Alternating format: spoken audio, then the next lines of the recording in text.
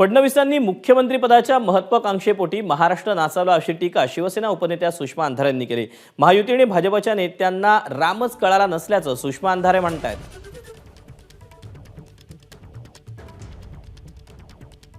तेव्हा सुषमा अंधारे यांनी पुन्हा एकदा देवेंद्र फडणवीसांवर टीका केलेली आहे। भाजप महायुतीच्या नेत्यांना रामच कळलेला नाही असं सुषमा अंधारेंनी म्हटलेलं आहे।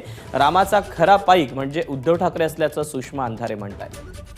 गृहमंत्र्यांनी कायदा सुव्यवस्थेचा जो बोजवारा उडालाय त्यासाठी राजीनामा दिलाच पाहिजे, पण नैतिकता म्हणून राजीनामा गृहमंत्र्यांनी द्यायचा असतो आणि देवेंद्र फडणवीस यांच्या ठाई नैतिकता आहे असं दूर दूरपर्यंत दिसत नाही।